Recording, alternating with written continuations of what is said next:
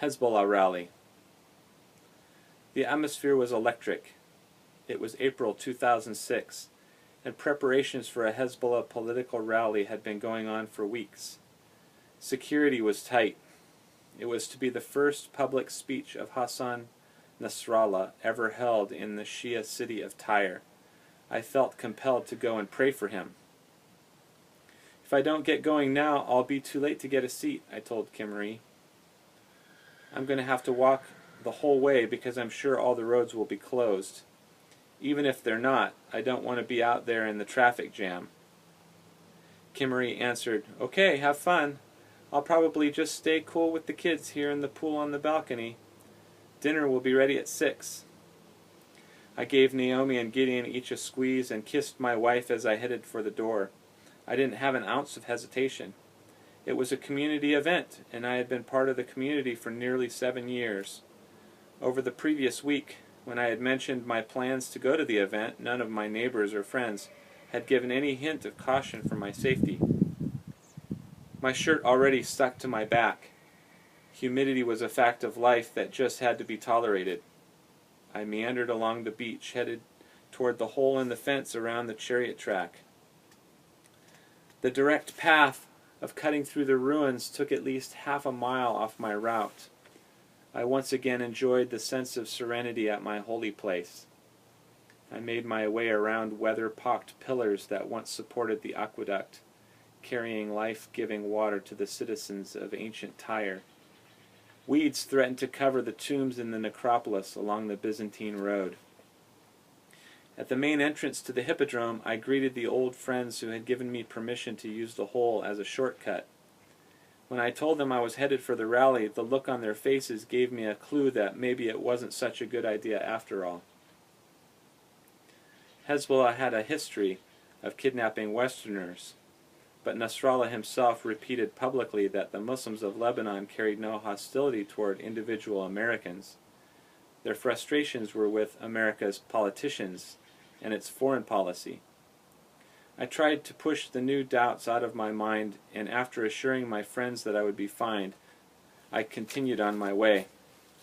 I emerged from the gate onto the main coastal highway that ran from Beirut in the north to the border with Israel in the south. It was the first time I had ever seen it closed to traffic.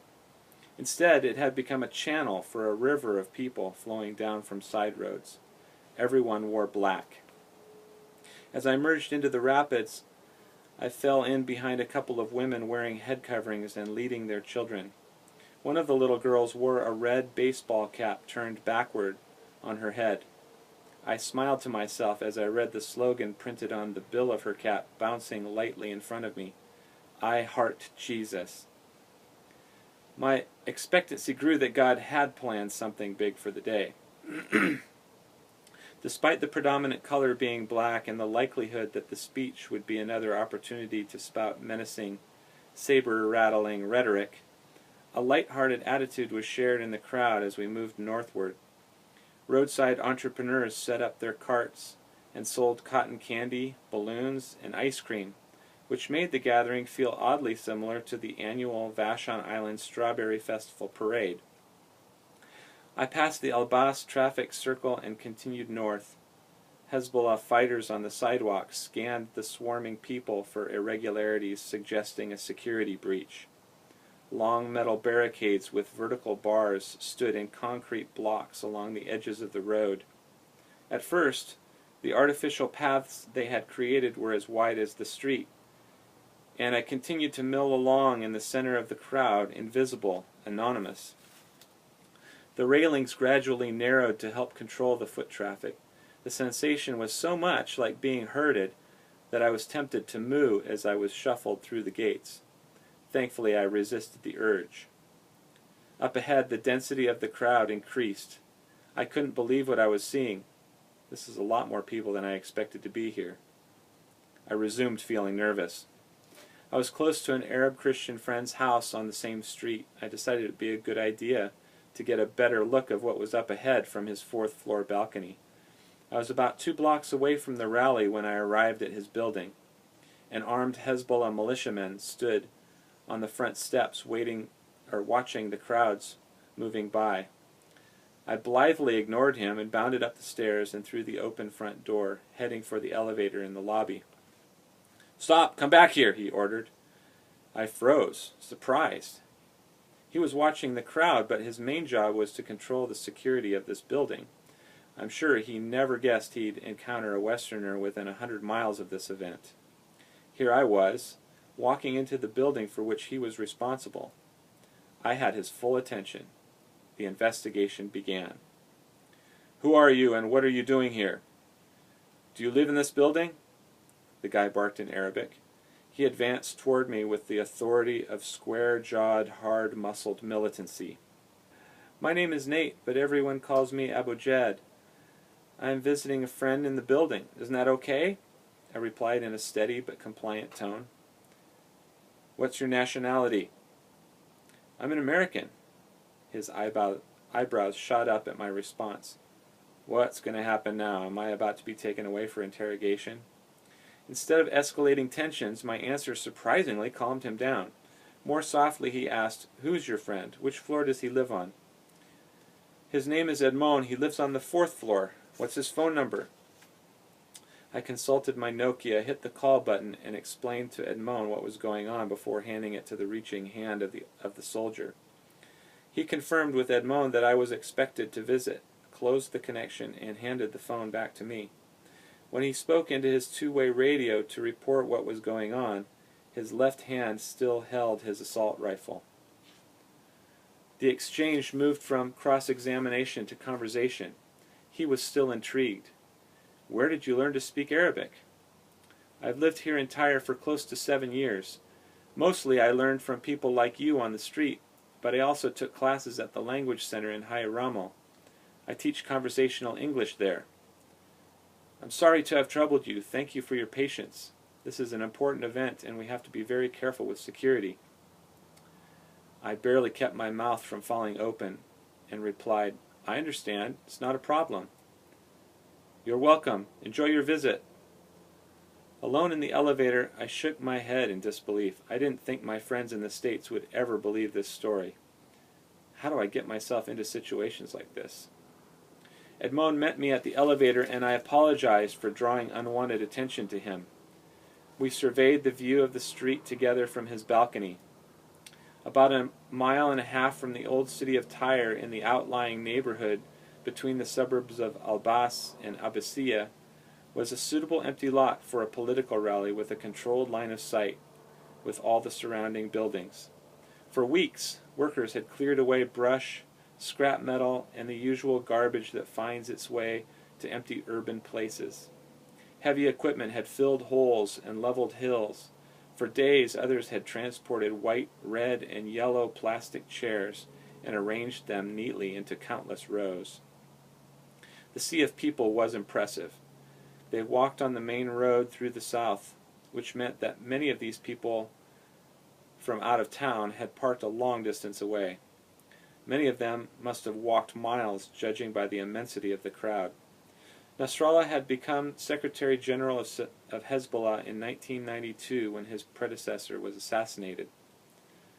Nasrallah was a legitimate political leader in the Lebanese government. Clearly, his popularity still rode on the expulsion of the Israeli occupation. His speech was due to start in 15 minutes.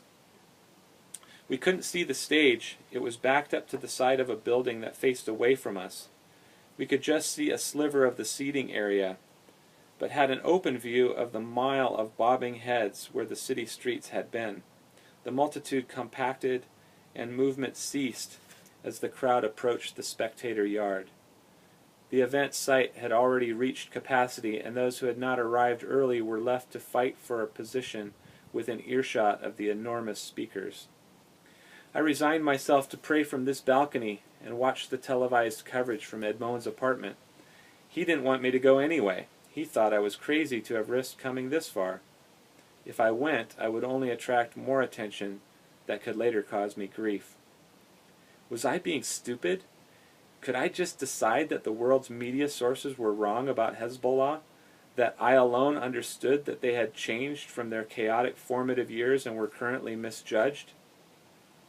It was like an African American trusting in a kinder, gentler Ku Klux Klan and joining a midnight skinhead meeting.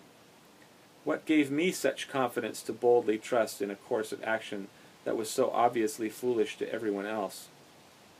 I had just made friendly conversation with a Hezbollah militiaman. I was in the act of praying for a guy my country considered to be the leader of a terrorist organization. Could the Department of Homeland Security count prayer as offering aid to an enemy of the state? Some people might call me a traitor for teaching English to Muslims.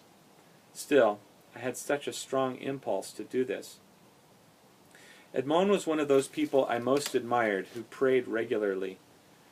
For hours a day he worked his way around the string of prayer beads commonly carried by Muslims and Christians alike.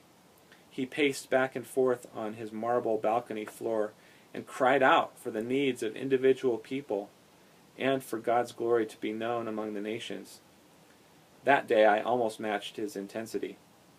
I wanted to be there, to be a part of whatever God was going to do, to be a witness. I was convinced that God was going to reveal himself in some dramatic way. I imagined a scene played out like in the movies.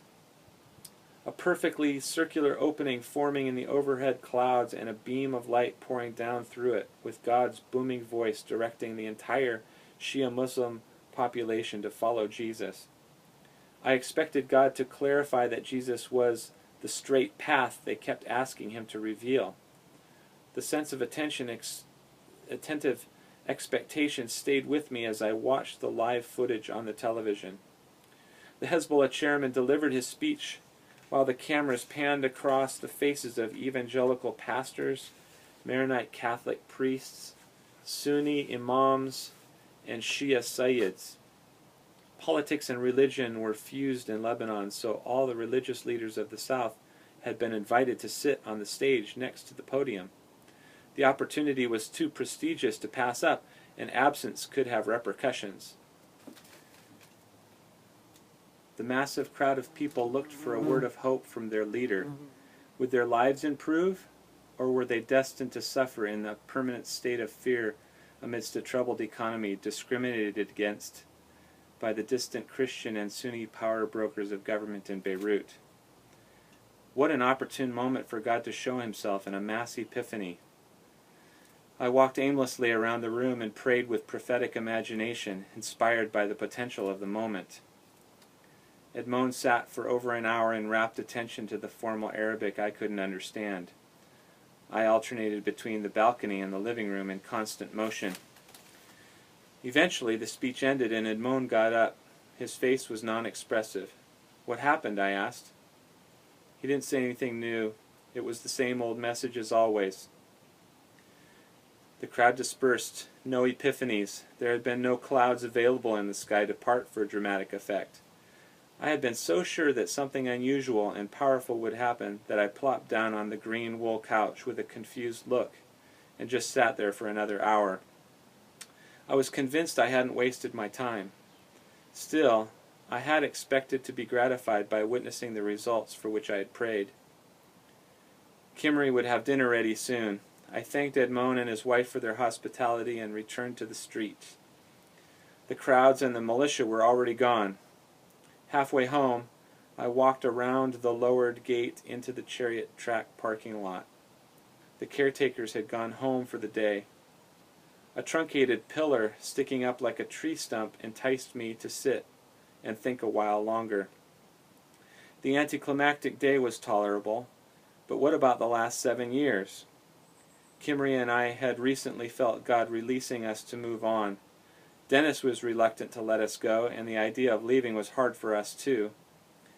But Mom needed our help, and I believed I was best suited to applying myself toward helping fellow Americans overcome their fear of Muslims. A change of calling can be as hard to discern as initially identifying one.